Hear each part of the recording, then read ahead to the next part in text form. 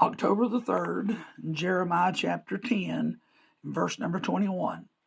For the pastors are become brutish and have not sought the Lord, therefore they shall not prosper, and all their flocks shall be scattered.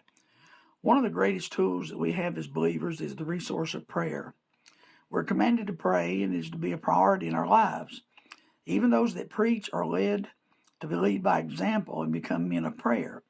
Prayer keeps us in fellowship and communion with God. Prayer gives us knowledge of God and who He is, helps us to know His will.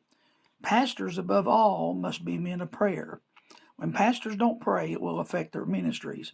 I've lived to see the day when many pastors have become brutish. A shepherd is to love his sheep and feed his sheep. It's true that many times sheep cause much sorrow for the shepherd, but he's to intercede for the sheep and, if necessary, give his life for the sheep. When pastors become mean-spirited and brutish, there has to be a reason for it. Here God tells us how it happens. They've not sought the Lord. It's sad to think that the average preacher only prays 15 minutes per day. Instead, they get caught up in daily duties and substitute ministry for communion with God. It comes out in our attitude and our relationships with others. It is imperative that God's people, not just preachers, develop a prayer life.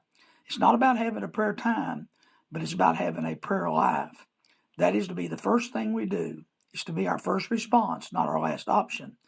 Pray about everything. Seek God first.